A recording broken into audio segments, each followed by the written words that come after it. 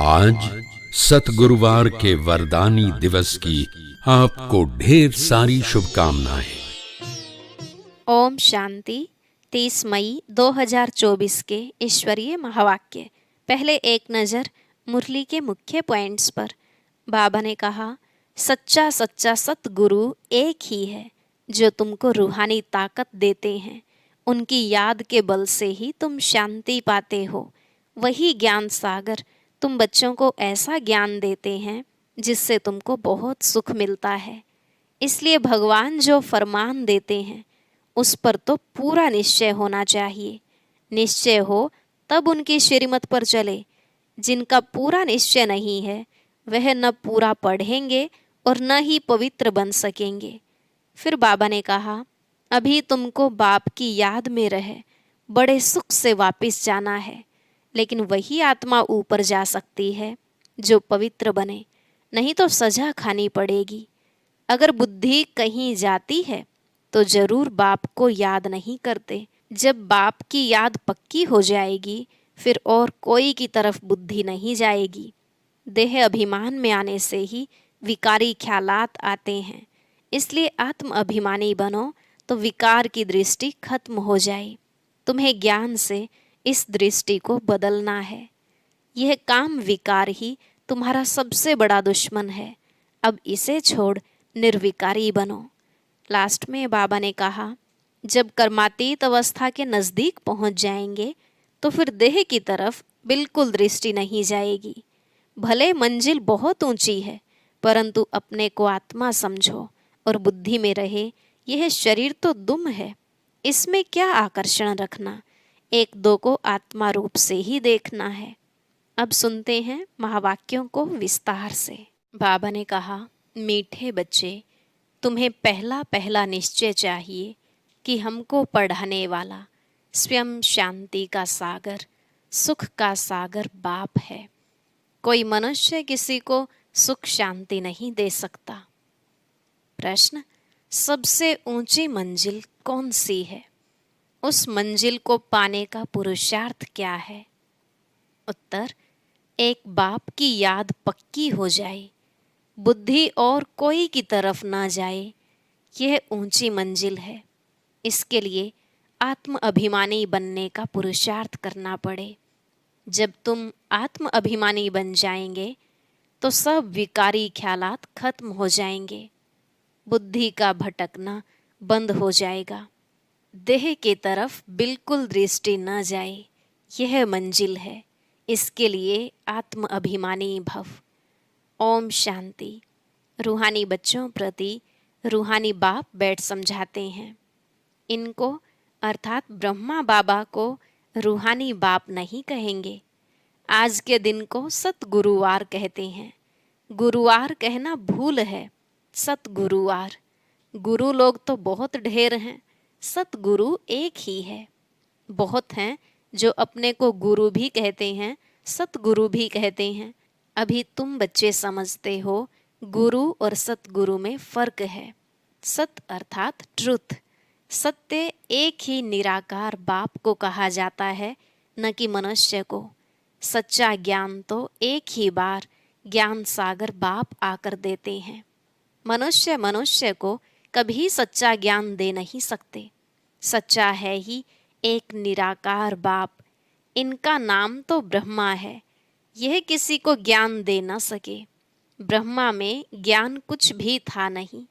अभी भी कहेंगे इनमें सारा ज्ञान तो है नहीं। संपूर्ण ज्ञान तो ज्ञान सागर परमपिता परमात्मा में ही है। अभी ऐसा कोई मनुष्य है नहीं जो अपने को सतगुरु कहला सके। सतगुरु माना संपूर्ण सत्य। तुम जब सत्य बन जाएंगे तो फिर यह शरीर नहीं रहेगा। मनुष्य को कभी सतगुरु कह नहीं सकते। मनुष्यों में तो पाई की भी ताकत नहीं है। यह खुद कहते हैं, मैं भी तुम्हारे जैसा मनुष्य हूँ। इसमें ताकत की बात उठ नहीं सकती। यह तो बाप पढ़ाते हैं, न कि ब्रह्मा। यह ब्रह्मा भी उनसे पढ़कर फिर पढ़ाते हैं। तुम ब्रह्मा कुमार कुमारियां कहलाने वाले भी परमपिता परमात्मा सतगुरु से पढ़ते हो।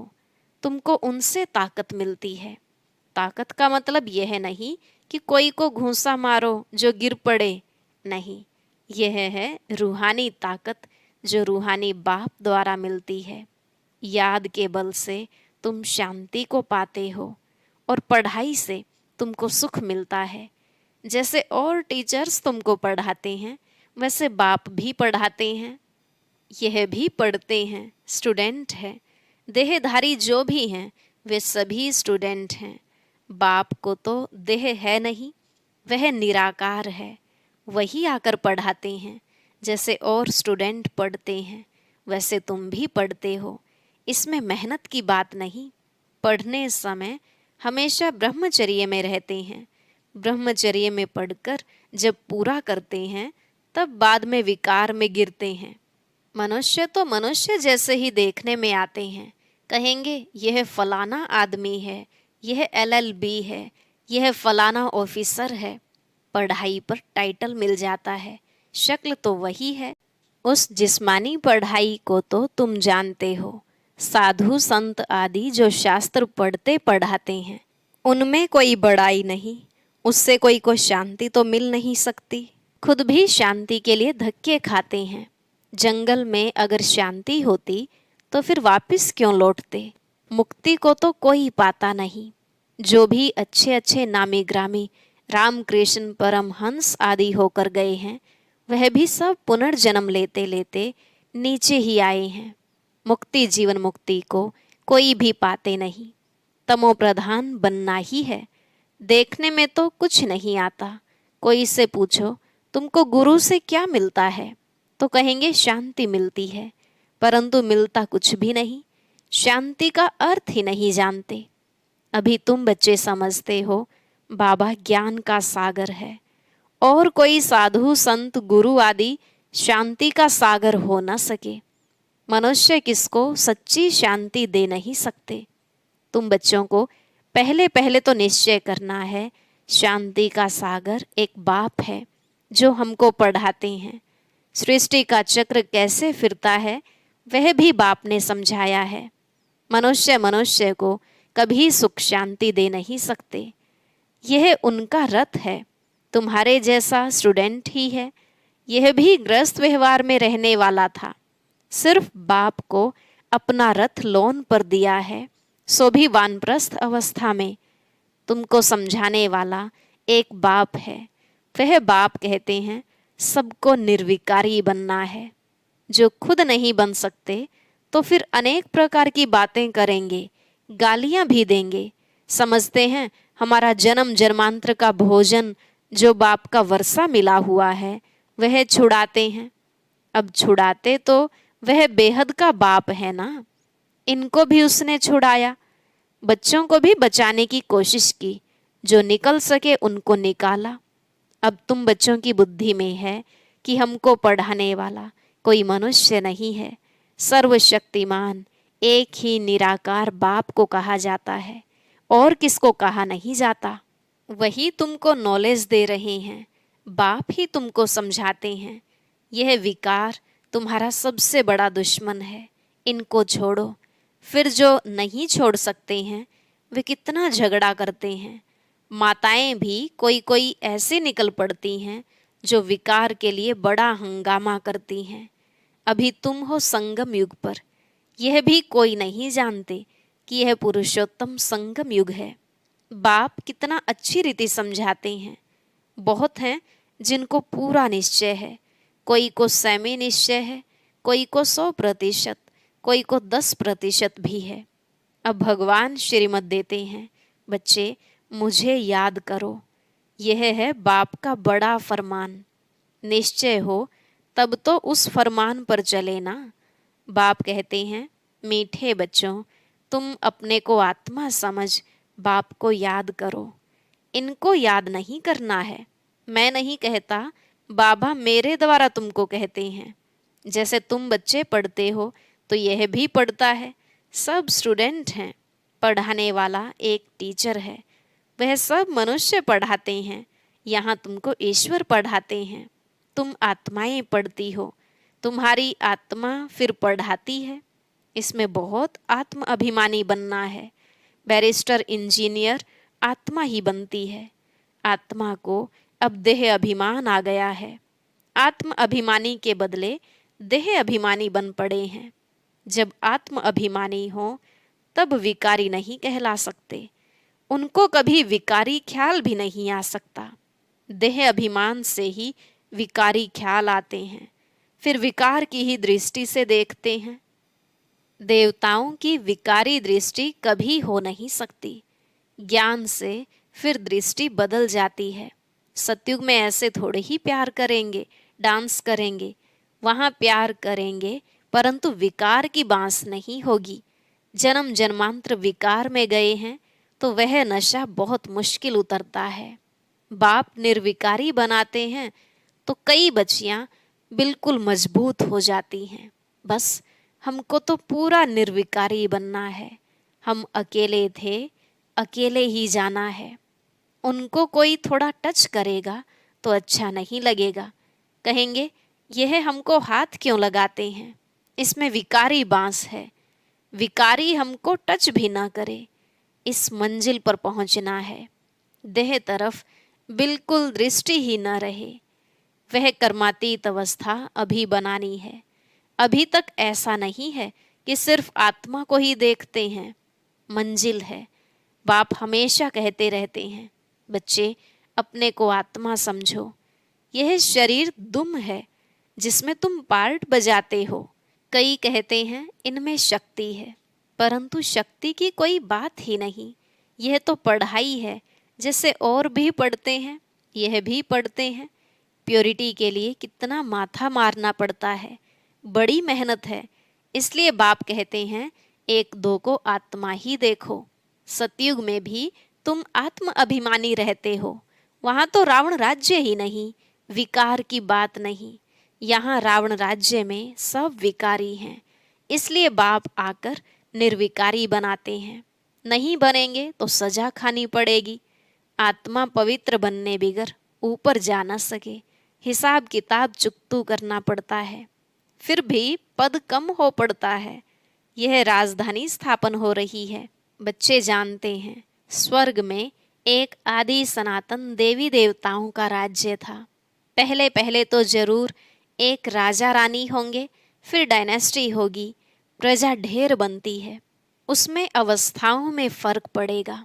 जिनको पूरा निश्चय नहीं वह पूरा पढ़ भी न सके, पवित्र बन न सके। आधा कल्प के पतित एक जन्म में 21 जन्मों के लिए पावन बने, मासी का घर है क्या? मुख्य है ही काम की बात, क्रोध आदि का इतना नहीं। कहाँ बुद्धि जाती है तो जरूर बाप को याद नहीं करते हैं। बाप की याद पक्की हो जाएगी तो फिर और कोई की तरफ बुद्धि नहीं जाएगी। बहुत ऊंची मंजिल है। पवित्रता की बात सुनकर आग में जल मरते हैं। कहते हैं यह बात तो कभी कोई ने कही नहीं, कोई शास्त्र में है नहीं, बड़ा मुश्किल समझते हैं। वह तो है ही निवृत्ति मार्ग का धर्म अलग। उनको तो पुनर्जन्म ले फिर भी संन्यास धर्म में ही जाना है, वही संस्कार ले जाते हैं। तुमको तो घर बार छोड़ना नहीं है। समझाया जाता है भल घर में रहो, उन्हों को भी समझाओ। अब है संगम युग। पवित्र बनने बिगर सतयुग में देवता बन नहीं सकेंगे। थोड़ा भी ज्ञान सुनते हैं तो वह प्रजा बनती जाती है। प्रजा तो ढेर होती है ना। सतयुग में वजीर भी नहीं होते, क्योंकि बाप संपूर्ण ज्ञानी बना देते हैं। वजीर आदि चाहिए अज्ञानियों को। इस समय देखो एक दो को मारते कैसे हैं। दुश्मनी का स्वभाव कितना कड़ा है। अभी तुम समझते हो हम यह पुराना शरीर छोड़ जाकर दूसरा लेते हैं, कोई बड़ी बात है क्या? वह दुख से मरते हैं, तुमको सुख से बाप की याद में जाना है। जितना मुझ बाप को याद करेंगे तो और सब भूल जाएंगे, कोई भी याद नहीं रहेगा। परंतु यह अवस्था तब हो जब पक्का निश्चय हो। निश्चय नहीं तो याद भी ठहर नहीं सकती। नाम मात्र सिर्फ कहते हैं, निश्चय ही नहीं तो याद काहे को करेंगे। सबको एक जैसा निश्चय तो नहीं है ना। माया निश्चय से हटा देती है, जैसे कि वैसे बन जाते हैं। पहले पहले तो निश्चय चाहिए बाप में। संशय रहेगा क्या कि यह बाप नहीं है। बेहद का बाप ही ज्ञान देते हैं। यह तो कहता है, मैं सृष्टि के रचयिता और रचना को नहीं जानता था, मेरे को कोई तो सुनाएगा। मैंने 12 गुरु किए, उन सबको छोड़ना पड़ा। गुरु ने तो ज्ञान दिया नहीं। सतगुरु ने अचानक आकर प्रवेश किया। समझा पता नहीं क्या होना है। गीता में भी है ना, अर्जुन को भी साक्षात्कार कराया। अर्जुन की बात है नहीं, यह तो रथ है ना। यह भी पहले गीता पढ़ता था। बाप ने प्रवेश किया, साक्षात्कार कराया कि यह तो बाप ही ज्ञान देने वाला है, तो उस गीता को छोड़ दिया। बाप है ज्ञान का सागर, हमको तो वही बताएगा ना। गीता है माई बाप, वह बाप ही है जिसको तौमेव माता च पिता कहते हैं। वह रचना रचते अडोप्ट करते हैं ना। यह ब्रह्मा भी तुम्हारे जैसा है। बाप कहते हैं, इनकी भी जब वानप्रस्थ अवस्था होती है तब मैं प्रवेश करता हूँ। कुमारियाँ तो हैं ही पवित्र, उनके लिए तो सहज है। शादी के बाद कितने संबंध बढ़ जाते हैं, इसलिए देही अभिमानी बनने में मेहनत लगती है। वास्तव में आत्मा शरीर से अलग है, परंतु आधा कल्प देह अभिमानी रहे हैं।